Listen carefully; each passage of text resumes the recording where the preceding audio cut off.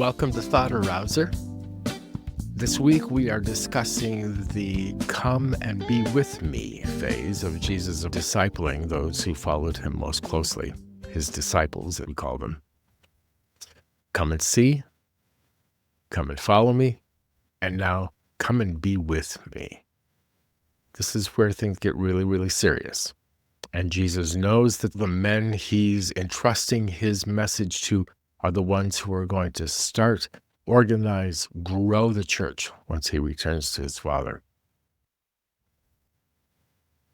The challenge for us is doing what Jesus did, but without the same level of authority. At least that's how it feels most of the time. But he commissioned us. He gave us the Holy Spirit to work in and through, for us, in us, all of those prepositions that come in so handy. I want to look at the come and be with me phase of things, how real Jesus was. If you're following along in his book, Jesus Christ, Disciple Maker, this begins on page 143. Bill Hull, the author, makes the point that there are a number of things going on. Let me read just a couple of excerpts here. He says, at some time in your discipling ministry, it will be necessary to select a few potential laborers. These people are those through whom you can see the world being reached for the Lord, people who can reproduce your ministry after your departure. And once your decision is made, your total investment as a discipler is essential for the successful transition of these people from disciples to laborers. That's what Jesus did with his. From curious to followers to laborers, fishers of men, those who were going on and doing the great things. When I look in the mirror, he says, I see the impulsiveness of Peter, the apprehension of Andrew, the skepticism of Thomas, the calculating doubt of Philip, and even the mutinous leanings of Judas. You see, this list of men is not meant to be held up as a model of perfection. Rather, these disciples are a promise to you and me that God can and will use us. If that doesn't encourage you, I don't know what.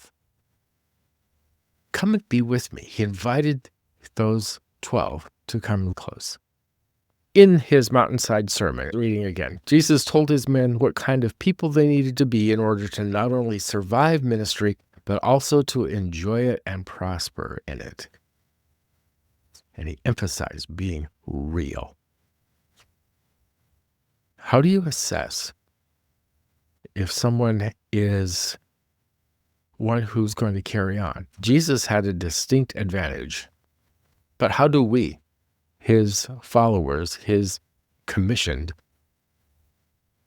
reach the point where we're able to say, I believe you have potential and I want to invest in you? That is a huge part of what we're about long-term here in the Vibrance community. Intentionally investing in the generations coming behind us. Not so we have great legacies, not so we have notoriety, not so our tombstone is bigger than someone else in our family tree, not at all. But so that what we have learned, and we've learned it from a variety of people, what we have learned, we have added to and we have then given to someone who's coming behind us or someone's who's coming behind us. On one hand, it's serious and sobering. On the other hand, it's exhilarating to think that we are part of how God intended this whole thing to work in the first place. So think about that. When you have a moment or two, don't need an hour, maybe a long train. I like to think when I'm waiting for a long train now and then. I wonder who's in my circle now that has potential.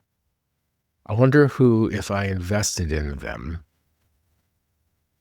trained them, gave them a chance, gave them opportunities, I wonder who just might thrive long term. Ponder that and then ask God, do you want me to do something specific about this? Is this from you? And rejoice as you see what God does and how he moves. All right? Come, be with me. We'll talk soon.